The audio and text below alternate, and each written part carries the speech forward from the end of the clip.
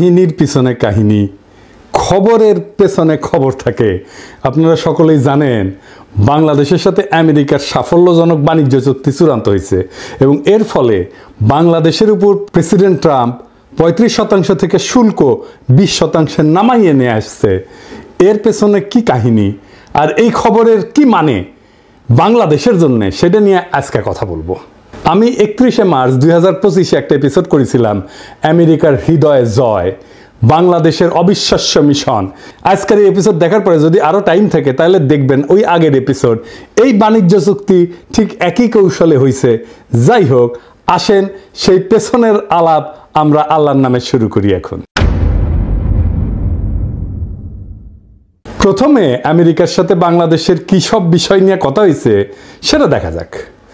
President Trump এপ্রিলের 2 তারিখে যে সমস্ত দেশের সাথে আমেরিকার বাণিজ্য বৈষম্য আছে তাদের উপর তিনি ব্যাপক হারে শুল্ক বৃদ্ধির ঘোষণা দেন। এরপর পরই আমাদের প্রধান উপদেষ্টা প্রফেসর ইউনূস ট্রাম্পকে একটা পত্র লেখেন, এই নতুন শুল্কের প্রয়োগ 90 দিনের জন্য স্থগিত করার অনুরোধ করেন। এই যে এই চিঠিতে ট্রাম্প এই অনুরোধ গ্রহণ কইরা বাংলাদেশ সহ সকল দেশকে 90 দিন সময় দিয়ে বলেন যে এর মধ্যে তাদেরকে আমেরিকার সাথে চুক্তিবদ্ধ হইতে হবে এই মর্মে যে তারা বাণিজ্য বৈষম্য দূর করার বিভিন্ন কার্যকর পদক্ষেপ নেবে। বাণিজ্য বৈষম্য বলতে কি বোঝায় তা আপনারা জানেন। তাও বলি, আমরা আমেরিকায় যে পরিমাণে টাকার পণ্য রপ্তানি করি, আমেরিকা আশা করে আমরাও সেই পরিমাণে পণ্য আমাদের দেশে আমদানি করব। আমেরিকাও আমাদের দেশে রপ্তানি করতে চায় সেই পরিমাণে পণ্য। খুব স্বাভাবিক চাওয়া, তাই না? ন্যায্য চাওয়া। সেটা না হইলেই বাণিজ্য বৈষম্য হয়। ইন্ডিয়াও ওই একই কাজ করে আমাদের সাথে, মানে আমাদের দেশে বেচে 100 টাকা আর আমাদের দেশ থেকে কেনে 4 আনার জিনিস। যাই হোক, ট্রাম্পের কাছে পাঠানো প্রফেসর ইউনূসের চিঠিতে আমরা জানতে পারলাম যে এর 2 মাস আগে তিনি হাই রিপ্রেজেন্টেটিভ ডক্টর খলিলুর রহমানকে, তিনি বর্তমানে একই সাথে জাতীয় নিরাপত্তা উপদেষ্টা, তাকে ওয়াশিংটনে পাঠিয়েছিলেন আমেরিকার কাছে এই প্রস্তাব দিতে যে বাংলাদেশ স্বতঃপ্রণোদিত হইয়া আমেরিকার সাথে তার বাণিজ্য বৈষম্য দূর করার পদক্ষেপ নিতে চায়। নিজে থেকেই বলছে বাংলাদেশ সর্বপ্রথম দেশ যে আমেরিকার কাছে এই ধরনের প্রস্তাব দেয়, দুনিয়ার মধ্যে প্রথম দেশ। এটা মাথায় রেখেন, লিখে রেখেন। চিন্তা কইরা দেখেন, ট্রাম্পের অ্যাকশনের 2 মাস আগেই প্রফেসর ইউনূস এবং ডক্টর খলিল বুঝতে পারছিলেন যে ট্রাম্প বাণিজ্য বৈষম্যের বিষয়ে অ্যাকশন নেবেন এবং তাই তারা এই আগাম পদক্ষেপ নেন। ট্রাম্প যখন এপ্রিলে শুল্ক বৃদ্ধির ঘোষণা দিলেন ততদিনে কিন্তু বাংলাদেশ বাণিজ্য বৈষম্য কমাই আনার কাজ শুরু করে দিছে, মানে আমরা আগাইছিলাম। ট্রাম্পের কাছে লেখা প্রফেসর ইউনূসের চিঠির একটা বিষয় লক্ষ্য করলে বোঝা যাবে যে তিনি বাণিজ্য বৈষম্য কমানোর এই কাজে আসলে কি হাসিল করতে চাইতেছেন। তিনি বলছেন যে বাংলাদেশ আমেরিকার কাছ থেকে অধিক পরিমাণে কৃষি পণ্য ক্রয় কইরা বাণিজ্য ঘাটতি মেটানোর চেষ্টা করবে। এটারে আমি বলছিলাম হার্টল্যান্ড, হৃদয় জয়। হার্টল্যান্ড মানে যে সমস্ত আমেরিকার প্রদেশ কৃষি পণ্য তৈরি করে। আমি ওই ভিডিওতে বলছিলাম হার্টল্যান্ড। এডিটর সাহেব এটা দেখা দেন না, সবাই না দেখুক আমি কি কইছিলাম। আমাদের একটা জিনিস এখানে বুঝতে হবে, আমেরিকা হার্টল্যান্ড বলে একটা জায়গা আছে, মানে আমেরিকার হৃদয়। সো আমেরিকার এই হৃদয়কে আমরা কেন বিজয় করতে চাই? আমেরিকার হার্টল্যান্ড বলতে সাধারণত মধ্য পশ্চিমাঞ্চলের কৃষিভিত্তিক রাজ্যগুলোকে বোঝায়, যা আমেরিকার অর্থনৈতিক, সাংস্কৃতিক এবং রাজনৈতিক পরিচয়ের মূল ভিত্তি হিসেবে বিবেচিত হয়। এই রাজ্যগুলোকে বলা হয় হার্টল্যান্ড। তাদের ভৌগোলিক অবস্থান, কৃষির উপরে নির্ভরশীলতা এবং ঐতিহ্যবাহী আমেরিকার মূল্যবোধের জন্য তাদেরকে হার্টল্যান্ড বলা হয়। এদের রাজনৈতিক গুরুত্ব অপরিসীম, বিশেষ করে নির্বাচনী প্রক্রিয়া এবং নীতি নির্ধারণে। তাই আমরা এই হার্টল্যান্ডকে টার্গেট করব। দেখলেন তো কৃষি পণ্যের উপর তিনি জোর দিলেন কেন? এটা আমার ওই ভিডিওতে আছে। তারপরেও আমরা আরেকটু বুঝে দেখি। এটা আমরা বুঝতে পারলাম আমেরিকা বাংলাদেশের উপরে 20% শুল্ক ধার্য করার পর প্রকাশিত রয়টার্সের একটা খবর থেকে। রয়টার্সের এই খবরে বলা হয় যে শুল্ক আলোচনায় বাংলাদেশের প্রধান আলোচক বা lead negotiator doctor Khalilur Rahman বলছেন যে protecting our apparel industry was a top priority, but we also focused our purchase commitments on US agricultural products. This supports our food security goals and fosters goodwill with US farming states. ইংরেজি যেহেতু কইছে ঠিকই কইছে, তাই না? বাংলায় এটা মানে হইতেছে যে উনি বলছেন যে আমাদের বস্ত্র শিল্পকে, গার্মেন্ট শিল্পকে রক্ষা করা একটা প্রায়োরিটি কাজ, উচ্চ অগ্রাধিকার। সেটা সত্ত্বেও আমেরিকা থেকে কৃষিপণ্য আমদানি ছিল আমাদের ফোকাস। এতে আমাদের খাদ্য নিরাপত্তা বৃদ্ধি পাবে এবং আমেরিকার কৃষি নির্ভর রাজ্যগুলির সাথে আমাদের ঘনিষ্ঠতা বাড়বে। তিনি যেহেতু ইংরেজিতে কইছেন, ঠিকই কইছেন, আর আমি বাংলাত কইছিলাম হার্টল্যান্ড, যে আমি হার্টল্যান্ডকে মানে আমেরিকার কৃষিপণ্য উৎপাদন করে যেই অঞ্চল, যে প্রদেশগুলো, সেগুলোকে বলে হার্টল্যান্ড। এই হার্টল্যান্ডের পণ্য আমরা কিনবো, তাই আমরা আমেরিকার হৃদয়ে জয় করব। তাই এই কথাটার অর্থ কি? যে আমেরিকা থেকে বেশি কৃষিপণ্য ক্রয় করে এক কথা, কিন্তু তিনি কেন খাদ্য নিরাপত্তার বিষয়টা টেনে আনলেন? আমরা জানি আমাদের দেশে 40-এর মন্বন্তর, 74-এর দুর্ভিক্ষে লক্ষ লক্ষ লোক মারা যায়। এটা আমাদের জাতির কালেকটিভ মেমোরিতে আছে। যুদ্ধকালীন সময় এত লোক কিন্তু মারা যায় নাই। এরপর অপুষ্টিতে মারা যায় অগণিত মানুষ। এই স্মৃতি আমাদের এখনো তাড়া কইরা বেড়ায়। ফলে খাদ্য নিরাপত্তা আমাদের চিন্তার ডিএনএর ভিতরে ঢুকে গেছে এবং হইয়া দাঁড়াইছে আমাদের জাতীয় নিরাপত্তার 1 নম্বরের অগ্রাধিকার। খলিল ভাইকে যখন জাতীয় নিরাপত্তা উপদেষ্টা করা হলো, তখন চারিদিক দিয়ে কি হাউকা, উনি নিরাপত্তার কি বুঝেন? এবারটা বুঝ, নিরাপত্তা কারে বলে? খাদ্য নিরাপত্তা আমাদের জাতীয় নিরাপত্তার 1 নম্বর অগ্রাধিকার। খাদ্য কি মিলিটারি এলিমেন্ট নাকি রে বক্সোদ? আমেরিকা থেকে আমরা মোটা দাগে গম, সোয়াবিন আমদানি করি, সেই সাথে কিছু পরিমাণে ভুট্টাও কিনি। খাদ্যবস্তু ছাড়া আমরা তুলাও আনি সেই দেশ থেকে। আমাদের গম আমদানির প্রধান উৎস হচ্ছে ইন্ডিয়া, তার সাথে আছে রাশিয়া আর ইউক্রেন। রাশিয়ার উপর আমেরিকার স্যাংশন আছে, সে কারণে ওখান থেকে গম আমদানি আর সম্ভব না। ইউক্রেনের তো যুদ্ধগ্রস্ত, সেখান থেকেও আমদানি সম্ভব না, আর আমদানির পরিমাণ অনিশ্চিত। বাকি থাকে ইন্ডিয়া। ইন্ডিয়া থেকে আমাদের খাদ্যদ্রব্য আমরা বিনা পয়সায় তো কিনি না, তাই না? তাও এর সম্পূর্ণ মূল্য আমরা পরিশোধ করি।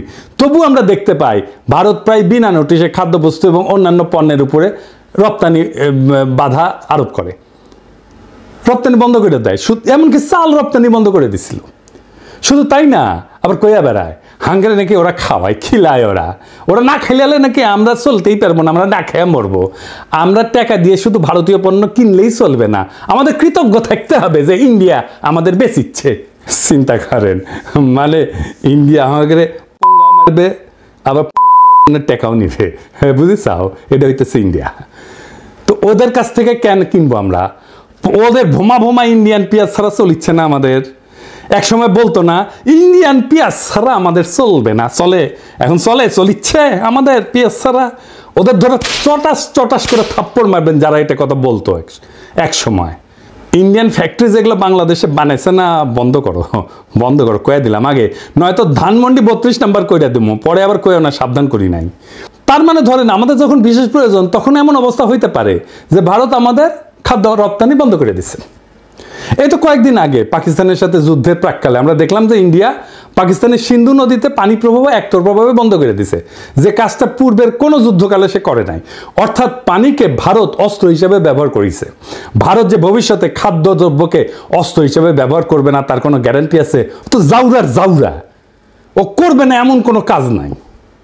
আমি মোটামুটি নিশ্চিত আমেরিকা থেকে অধিক পরিমাণে খাদ্যদ্রব্য আমদানি করার সিদ্ধান্তের পিছনে প্রফেসর ইউনুস এবং খলিল ভাই এই ভাবনাটাকে বিশেষ বিবেচনায় রাখছেন। ফলে ইন্ডিয়া আমাদের প্রয়োজনের সময় খাদ্য রপ্তানি বন্ধ কইরা আমাদের উপরে চাপ দিতে পারবে না। এই একই কথা তুলা আমদানির ক্ষেত্রেও প্রযোজ্য।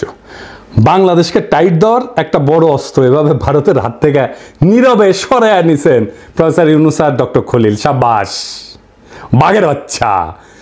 এইবার আমাদের তো পার্টি সং বাজানো উচিত। এডিটর সাহেব একটা পার্টি সং দেন। আমার বিশ্বাস প্রফেসর ইউনুস আর ডক্টর খলিল এই কাজগুলা করেছেন বাংলাদেশের স্বার্থ বিবেচনা কইরা। ভারতের ক্ষতি করা তাদের অবশ্য উদ্দেশ্য ছিল না, কিন্তু ভারতের যেতে ক্ষতি হইল সেটা তারা সারা জীবন মনে রাখবে।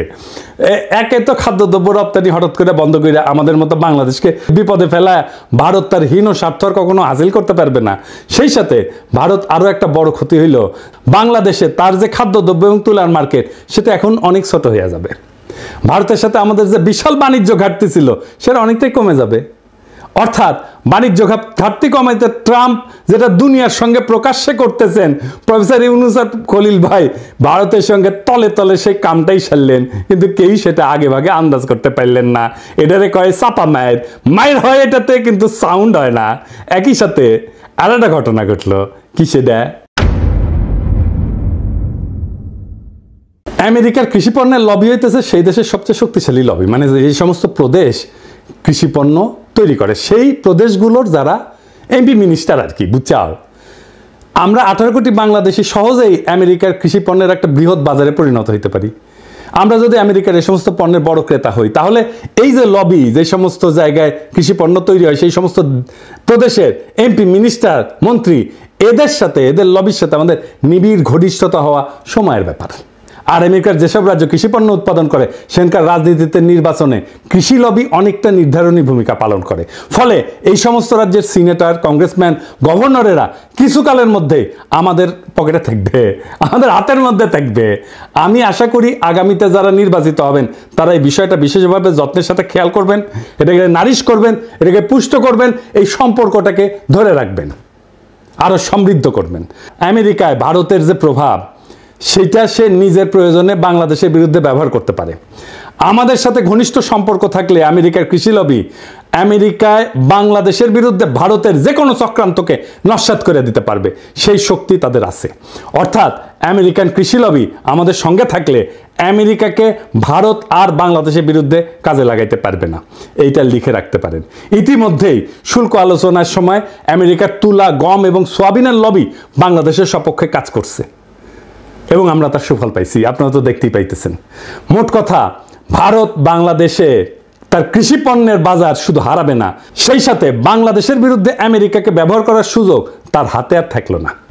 এর থেকে নিশ্চয়ই বুঝতে পারতেছেন যে কি ধরনের দূরদর্শিতা নিয়ে নীরব কৌশলের সাথে প্রফেসর ইউনূস আর ডক্টর খলিল আমেরিকার সাথে আমাদের বাণিজ্য আলোচনার বিষয়টা বাংলাদেশের অগ্রাধিকারমূলক জাতীয় স্বার্থে আগাইয়ে নেওয়ার কাজে ব্যবহার করছেন।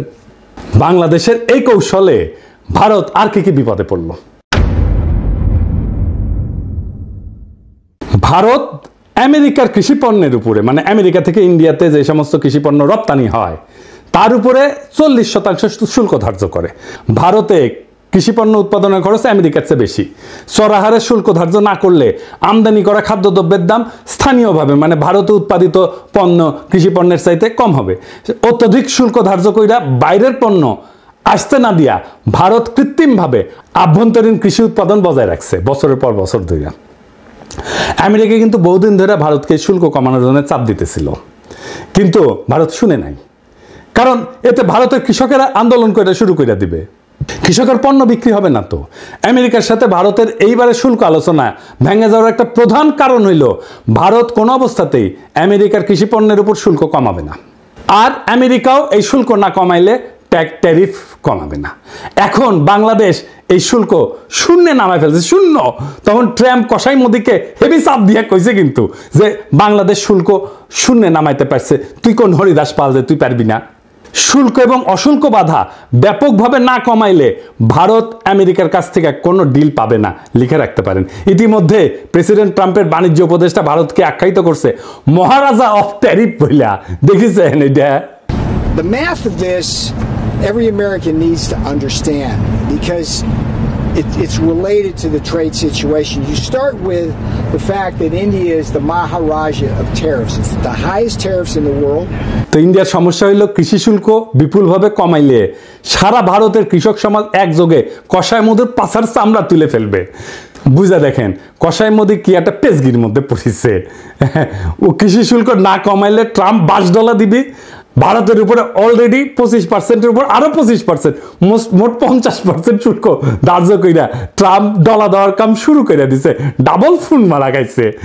এডিটর সাহেব, পার্টি সং হবে এবার, সাকবুম সাকবুম। হাসিনা জিতে যায় না, সাগর শুকায় যায়, ওই খালি ধ্বংস, অভিশাপ আর দুঃসংবাদ বইয়া নিয়ে আসে। প্রিয় ভারতবাসী, রাখেন, আরো বেশি দিন রাখেন, ডাইনিরে আশ্রয় দেন, আর অসাম্প্রদায়িক সেকুলার লিবারাল ফুন মারা খাইতে থাকেন। কি হইল এডিটর সাহেব, আপনি মাইন্ড করছেন মনে হয়, রাগিচ্ছেন কেন? হ্যাঁ, আমি মুখ খারাপ করেছি? আমি কথা কইনি তো, আমি ফোন মারার কথা কইছি। হ্যাঁ, ডাবল ফোন মারা মানে ইনকে করে ডাবল ফোন মারা খাবি। আর আমরা গান গামু, ও যখন ডাবল ফোন মারা খাবি না, তখন আমরা গান গামু, তোমার কোন কোন জায়গায় ব্যথা গো বাল্যহী ললিতা। আবার অন্যদিকে ভারতের কৃষকেরা হাতে মুগুর নিয়ে অপেক্ষা করতেছে, কসাই মোদি কৃষি শুল্ক কমাইলে মুগুরের বাড়ি একটা মাটির পড়বি না। ইন্ডিয়ার কৃষকরা কিন্তু বেশিরভাগই শিখরা কিন্তু তলোয়ার নিয়ে চলে, বেশি তেরি বেরি করলে কলধার নামে দিবি একেবারে। আমেরিকার সাথে বাণিজ্য শুল্কের বিষয়ে বাংলাদেশ যে কি পদক্ষেপ নিতে যাচ্ছে এবং ভারতের জন্য সেটা যে কি ক্ষতির কারণ হইতে পারে, এই বিষয়টা কিন্তু ভারত মার্চ মাসের মধ্যে টের পেয়েছিল। তখন থেকেই তারা এই ডক্টর খলিলের বিরুদ্ধে ক্রমাগত অপপ্রচার চালানো শুরু করছে। তাকে খেতাব দিছে ডেঞ্জারাস ম্যান হিসেবে। সে তো অবশ্যই ডেঞ্জারাস ম্যান, ইন্ডিয়ার জন্য অবশ্যই সে ডেঞ্জারাস ম্যান। তার বিরুদ্ধে ভারতের মিডিয়ায় যে জঘন্য অপপ্রচার করছে, সেটা পুনঃপ্রচার করছে বাংলাদেশের কতিপয় জঘন্য ভারতীয় এজেন্ট এবং বাংলাদেশের কিছু মিডিয়া। এই সমস্ত মিডিয়াকে আমরা চিনে রাখছি, এই সমস্ত মিডিয়ার পাছার চামড়া আমরা তুলে দেব, মাইন্ড ইট। এর মধ্যে প্রধান হইতেছে ওয়াকারের পথ বালক। সে আমাদের বাণিজ্য ডিল যেন না হয় সেজন্য নন ডিসক্লোজার এগ্রিমেন্ট এটা ফাঁস করে দিল। একটা জিনিস মাথায় রাখবেন, অ্যান্টি হাসিনা মানে কিন্তু অ্যান্টি ফ্যাসিস্ট না, অ্যান্টি ইন্ডিয়া না।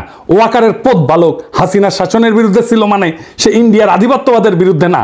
ও যা যা করছে বা করতেছে সবকিছু এখন ইন্ডিয়ার পক্ষে যাইতেছে। আমি আপনাকে একটা সিম্পল একটা এক্সারসাইজ দিই। হ্যাঁ, ধরেন আগামীর বাংলাদেশ কেমন হবে সেটা আমাকে যদি লিখতে বলেন, আমি লিখলাম। ধরেন কি লিখবো সেটা আপনারা বুঝতে পারেন না। বাংলাদেশের সকল প্রগতিশীল 2-3% লোক ছাড়া সবাই সেটা মাইনে নেবে, গ্যারান্টি দিলাম। কারণ আমি কি রাষ্ট্র চাই সেটা আমার 1000-এর বেশি ভিডিও আছে, 20টার বেশি বই আছে, এটা তার নিশানা আছে। আর ওয়াকারের পথ বালক যে রাষ্ট্র বানাবে ওরে প্রস্তাব করতে বলেন সেই রাষ্ট্রে বাংলাদেশের সাধারণ মুসলমান থাকতে পারবে কিনা, ইমান আকীদা নিয়া। যদি পারে আমি আমার কান কেটে কুত্তা দিয়ে খাওয়াবো। ও কি লিখছে রাষ্ট্র সম্পর্কে, রাষ্ট্র ধারণা সম্পর্কে, ওর ইডিওলজি সম্পর্কে সব লেখা আছে, দরকার হলে দেখাই দেব। ও কেমন রাষ্ট্র চায় সে সেটা নানা সময় বলছে, আমি আর বিস্তারিত গেলাম না। ওরে বাংলাদেশে স্পেস দেবেন না, ওরা সবসময় দাবরানির উপরে রাখবেন। ও বাংলাদেশের শত্রু, ও ইন্ডিয়ার একটা এজেন্ট, ও এটা ওয়াকারের পথ বালক। আপনি নিশ্চয়ই লক্ষ্য করছেন খলিল ভাই সমস্ত অপপ্রচারে পাত্তাই দেন নাই। উনি ঠান্ডা মাথার মানুষ, অবিচলভাবে তার কাজ চালায় গেছেন। আমি সবসময় দেখছি উনি কথা কম কাজ বেশি, এটাই হইল তার কাজের ধরন। প্রফেসর ইউনূস কিন্তু পুরো সময়টাই খলিল ভাইয়ের উপরে তার আস্থা অক্ষুণ্ণ রাখছেন, আমরা খেয়াল করছি। কারণ তিনি জানতেন যে এই আলোচনা অত্যন্ত কঠিন এবং জটিল। এই সমস্ত বিষয়ে সফল নেগোসিয়েশন চালানোর জন্য এমন একজনের প্রয়োজন যিনি একই সঙ্গে আন্তর্জাতিক বাণিজ্য আলোচনা, অশুল্ক বাধা, কূটনীতি, জাতীয় নিরাপত্তার বিষয়ে যথেষ্ট জ্ঞানী এবং অভিজ্ঞ। প্রফেসর ইউনূস ন্যাচারালি এই গুণগুলি পাইছিলেন একমাত্র ডক্টর খলিলের মধ্যে। কেন পাইছিলেন জানেন? আমি আগে বলছিলাম, আসেন আবার একটু দেখি। খলিল ভাই জাতিসংঘের বাণিজ্য এবং অর্থনৈতিক সংস্থা আংটাডের উচ্চ পদে দায়িত্ব পালন করছেন দীর্ঘ 25 বছর। অর্জন করছেন বাণিজ্য এবং বাণিজ্য আলোচনার গভীর জ্ঞান, বিস্তৃত অভিজ্ঞতা। 2001 সালে অনুষ্ঠিত জাতিসংঘের স্বল্পোন্নত দেশ সংক্রান্ত সম্মেলনের প্রোগ্রাম অফ অ্যাকশন রচনার দায়িত্ব পড়ে ওনার হাতে। এই প্রোগ্রাম অফ অ্যাকশনের একটা বড় অর্জন ছিল স্বল্পোন্নত দেশগুলোর পণ্যসমূহকে ইউরোপিয়ান ইউনিয়ন কর্তৃক শুল্ক কোটাবিহীন অর্থাৎ duty free, quota free access দেওয়া, প্রবেশাধিকার দেওয়া। এভরিথিং বাট আর্মস এই নামের এই উদ্যোগের প্রধান প্রণয়নকারী ছিল এই আমাদের খলিল ভাই। এই যে গার্মেন্টস আসতেছে বিনা শুল্কে ইউরোপে, সেটা খলিল ভাইয়ের কারণে। ইউরোপিয়ান কমিশনের সাথে এই বিষয়ে তাকে মাসের পর মাস আলোচনা চালাইতে হয়েছিল। আমি গত বছর যখন তার প্রথম ইন্টারভিউটা করি তখন বলছিলাম যে তার এই অবদানের কারণে আজ বাংলাদেশে পোশাক শিল্প বিশালতা অর্জন করছে এবং আমাদের গার্মেন্টস শিল্পের একটা বড় ঋণ আছে তার কাছে। আর এই গার্মেন্টস মালিকদের অনেক পত্রিকায় খলিল ভাইয়ের পিছে লাগছিল। ওই যে কথা আছে না, বাঙ্গু যে উপকার করে তার পিছে সে লাগে। আর আজ 2 যুগ পরে খলিল ভাই আমেরিকার সাথে সফলভাবে শুল্ক আলোচনা কইরা গার্মেন্টস শিল্পকে রক্ষা করলেন। তিনি কিন্তু আজ পর্যন্ত এর জন্য কোনো ধরনের আত্মপ্রচার করেন নাই, ক্রেডিট চান নাই, নেনও নাই। এইবার অশুল্ক বাধার বিষয়ে আসি। আংটাড, বিশ্বব্যাংক, বিশ্ব বাণিজ্য সংস্থা, IMF, ইন্টারন্যাশনাল ট্রেড সেন্টার এই সমস্ত প্রতিষ্ঠানের সমন্বয়ে গঠিত জাতিসংঘ সিস্টেমের অশুল্ক বাধা সংক্রান্ত ইন্টার এজেন্সি গ্রুপের চেয়ারপারসন ছিলেন এই ডক্টর খলিল। চেয়ারপারসন, জি। অশুল্ক বাধা বিষয়ে বিপুল জ্ঞান এবং অভিজ্ঞতা না থাকলে বিশ্বব্যাংক, বিশ্ব বাণিজ্য সংস্থা অথবা IMF কি তাকে ওই গ্রুপের চেয়ারপারসন হিসেবে মাইনে নিত? বাংলাদেশের আর কেউ কি এই পজিশনে কাজ করছে কোনোদিন? আমি সম্পূর্ণ নিশ্চিত আপনারা আর একজনকেও বাড়তি দিয়ে খুঁজে পাবেন না। কূটনীতি এবং জাতীয় নিরাপত্তার বিষয়ে খলিল ভাইয়ের দক্ষতা এবং পারঙ্গমতা তো আমরা আমেরিকার সাথে সফল বাণিজ্য আলোচনাতেই দেখলাম, আপনারাও দেখছেন। এ বিষয়ে আমার বাড়তি কিছু বলার নাই।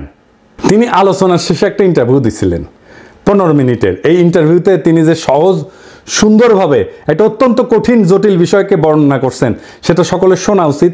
এটার লিঙ্ক আমি ডেসক্রিপশন বক্সে দিয়ে দিতেছি, আপনারা সকলে শুনবেন এবং অনেক বিষয় চালাইয়া বুঝতে পারবেন। বাংলাদেশের এইটা একটা বড় সংকট। বাংলাদেশের সত্যিকার অর্থে যারা দক্ষ মানুষ, বাংলাদেশে যারা সত্যিকার অর্থে আন্তর্জাতিক মানের প্রফেশনাল, বাংলাদেশের সত্যিকার অর্থে যারা আন্তর্জাতিক মানের ইন্টেলেকচুয়াল ক্যাপাসিটি আছে, যাদের প্রফেশনাল ক্যাপাসিটি আছে, যাদের তাদেরকেই বাংলাদেশে যথেচ্ছ অপমান করাটাই হইতেছে এক শ্রেণীর বাঙ্গু এলিটদের সবসময়ের কাজ। এবার আর একটা বিষয় আসি। আমেরিকার আভ্যন্তরীণ বাজার হইল সারা পৃথিবীর মধ্যে সবচেয়ে বড় কনজিউমার মার্কেট। বাংলাদেশের সাথে আমেরিকার সাফল্যজনক বাণিজ্য চুক্তি এই বিশাল মার্কেটের দরজা বাংলাদেশের জন্য খুলে দিছে। এইরকম অভূতপূর্ব সুযোগ জাতির জীবনে বারে বারে আসে না।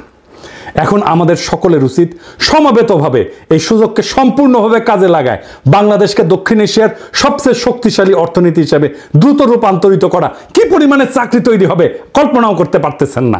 আমি বিশ্বাস করি আগামী 5 বছরের মধ্যেই এই কাজটা করা সম্ভব।